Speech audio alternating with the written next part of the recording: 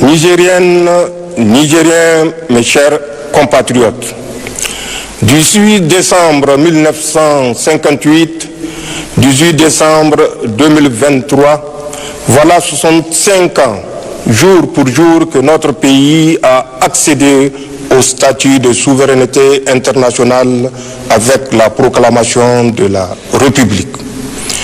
C'est donc un grand jour que nous devrions honorer avec joie et ferveur, car il fut désormais annonciateur d'un statut juridique nouveau consacrant l'entrée de notre pays dans le concert des nations. 65 ans, c'est certes peu dans la vie d'une nation, mais le chemin parcouru nous a permis de réaliser de grandes œuvres et d'être confrontés à des défis majeurs dont certains ont trouvé des solutions et d'autres demeurent sans réponse satisfaisante.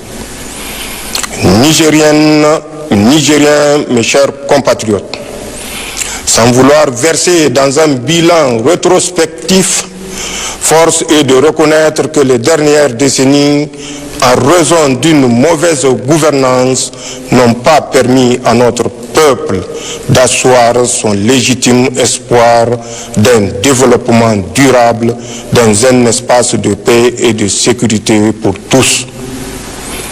En effet, alors que le système démocratique doit rimer avec la bonne gouvernance et la justice, notre pays a été malheureusement otage des politiques qui ont fait de la politique un fonds de commerce, piétinant allègrement les règles minimales d'éthique et de déontologie consacrées pourtant par les textes de la République. La justice sélective, faite de népotisme, de corruption, d'impunité et d'opportunisme érigée en mode de gestion par excellence, choses somme toute qui ont favorisé le détournement des deniers publics, le bradage de notre souveraineté et l'effondrement du service public. Cette démission de la gouvernance s'est illustrée par l'incapacité de l'État à faire face aux défis sécuritaires, d'où sa sous-traitance avec les forces du mal ayant occasionné des morts et des déplacés. Mes chers compatriotes, la célébration du 65e anniversaire de la proclamation de la République intervient dans un contexte de bouleversement géopolitique profond en Afrique de l'Ouest, consécutif au changement de régime intervenu dans les pays du Sahel. Cette nouvelle donne, accompagnée d'un fort soutien populaire, a entraîné non seulement une remise en cause de la gouvernance économique et financière à l'interne, mais aussi une remise en cause de notre relation avec l'ancien pays colonisateur, la France. C'est dans cette optique que nous avons dénoncé certains accords justifiant la présence des troupes françaises au Niger, ainsi que des accords léonins. Cette dynamique nous a amené à bâtir une stratégie globale de défense, de lutte contre le terrorisme et toute agression de quelque forme qu'elle soit. C'est ainsi que grâce aux multiples succès remportés par nos vaillantes forces de défense et de sécurité, nous assistons à la normalisation progressive de la situation sécuritaire. À titre illustratif, je peux mentionner le retour des communautés déplacées dans leurs villages, la réouverture de près de 200 écoles restées fermées pendant plus de 2 ans du fait de l'insécurité dans la région de Tillabéri, la sécurisation du corridor de ravitaillement en produits alimentaires et pharmaceutiques et la reprise des activités socio-économiques dans plusieurs régions au grand bonheur des populations. C'est le lieu ici de louer l'engagement, l'abnégation et le professionnalisme de nos forces de défense et de sécurité qui ont permis ces succès éclatants. Je tiens donc à rendre un vibrant hommage pour tous les sacrifices consentis pour la défense de l'intégrité du territoire national et la quiétude sociale. Je voudrais surtout témoigner ma sincère compassion à l'endroit des victimes civiles et militaires de la barbarie qui nous est imposée par les groupes armés terroristes et leurs sponsors. Mes chers compatriotes, la création de l'Alliance des États du Sahel est assurément l'aboutissement de cette démarche dont l'objectif est de faire du Sahel un espace de paix et de prospérité. Notre nouvelle organisation travaillera dans le seul intérêt des Sahéliens et pour une Afrique libre et décomplexée. Je fais mention spéciale à nos frères du Burkina Faso et du Mali qui ont toujours été à nos côtés dans le combat contre les forces du mal. La matérialisation de cette lutte commune à travers la création de l'Alliance des États du Sahel prouve à suffisance que l'idée d'intégration chère à nos dévanciers n'était pas un simple rêve pieux. Aujourd'hui, avec mes frères Ibrahim Traoré, Assimi Goïta, nous sommes déterminés à écrire l'histoire d'une Afrique libre où les Africains vivront une vraie indépendance.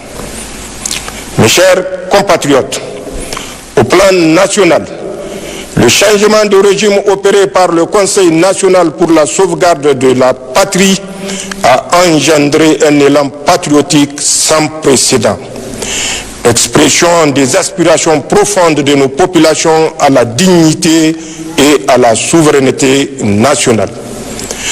Jamais dans l'histoire récente de notre pays, un événement n'aura reçu une telle adhésion populaire spontanée et massive comme celui du 26 juillet 2023.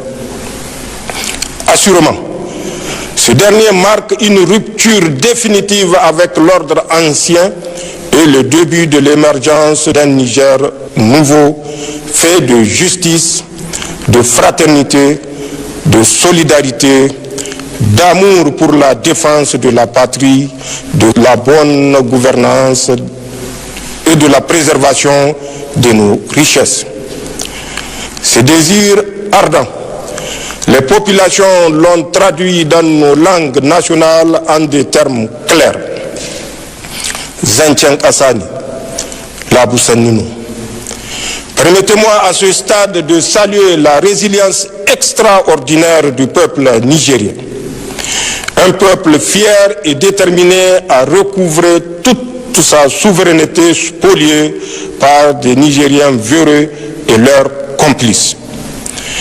En décidant de nous imposer des sanctions injustifiées, cyniques, iniques, criminelles, inhumaine et irresponsable, la CEDEAO et l'UEMOA pensaient nous mettre à genoux et nous ramener dans le giron du régime déchu et de la France. Ces organisations régionales ne savaient pas qu'elles avaient en face d'elles un peuple guerrier, descendant des grandes figures historiques qui ont forgé la nation nigérienne. Le Niger, notre cher pays, nous appartient et c'est à nous de forger son destin, Inch'Allah. L'heure des tractations et des combines dans les officines est révolue. Vous avez désormais en face de vous un peuple qui a pris son destin en main. Nous n'acceptons aucun chantage, aucune intimidation, aucun préalable. Tous unis pour la sauvegarde de notre patrie. Nigériennes, Nigériens, mes chers compatriotes, le Conseil national pour la sauvegarde de la patrie s'est engagé à convoquer un forum national inclusif pour faire le diagnostic de la situation du pays né de la malgouvernance des régimes passés.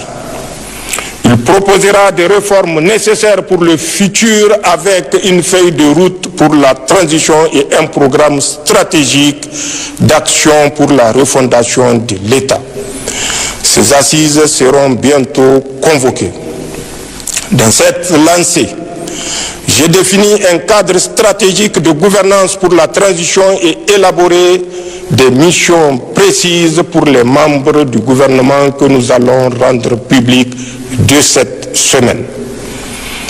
Nigériennes, Nigériens, mes chers compatriotes, au plan de la mobilisation sociale et de la sécurité, un compte dénommé Fonds de solidarité pour la sauvegarde de la patrie a été créé pour la mobilisation des ressources, le financement des appuis au renforcement des capacités des forces de défense et de sécurité engagées dans la lutte contre le terrorisme et l'insécurité, ainsi que la prise en charge des victimes de ce fléau.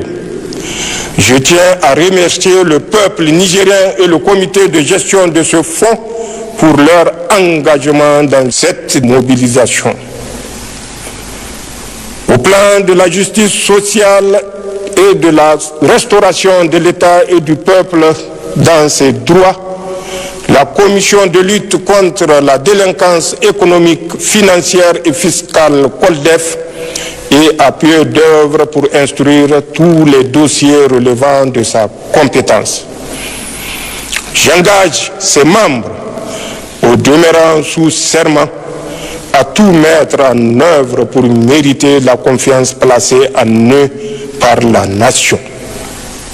Pour ma part, je réitère mon engagement, celui du Conseil national pour la sauvegarde de la patrie et du gouvernement, de ne couvrir personne et de prêter main forte à cette institution pour surmonter toute entrave. Car le fléau généralisé de la corruption est l'une des causes qui nous ont conduits à prendre nos responsabilités pour mettre fin au régime que vous connaissez. Nous avons fait le serment de mettre l'État dans ses droits, pas de répit, ni de pitié pour ceux qui ont spolié les biens de l'État. Nous avons instruit la COLDEF à travailler en toute transparence, tout en respectant les droits des uns et des autres. Nigériennes, Nigériens, mes chers compatriotes, la campagne agricole et pastorale de cette année n'a pas répondu totalement aux attentes de nos laborieuses populations. En pareille circonstance, l'État prend toutes les dispositions pour non seulement entreprendre des activités compensatrices pour les agriculteurs et les éleveurs, mais aussi à assurer la disponibilité des produits alimentaires sur l'ensemble du territoire national. Grâce à la coopération multiforme avec certains pays amis, notre pays dispose suffisamment de produits alimentaires accessibles sur le marché, et cela en dépit du blocus barbare de la CEDEAO et de l'UEMOA. Je salue cette marque de solidarité des gouvernements de la Guinée, du Tchad, de l'Algérie, du Maroc, de la Guinée équatoriale et tous les autres pays amis qui nous ont apporté leur soutien. Une mention spéciale pour la République sœur du Togo qui n'a ménagé aucun effort pour nous soutenir avec engagement et constante disponibilité, ainsi que tous les peuples frères qui nous accompagnent en ces moments difficiles. Pour ma part, je continuerai à faire tout ce qui est possible pour assurer le progrès, la sécurité, le développement et la cohésion sociale dans notre pays. Je sais pouvoir compter sur la contribution et la participation active de chacune et de chacun de vous pour y parvenir. Vive la République, vive le Niger, vive la sauvegarde de la patrie. Je vous remercie.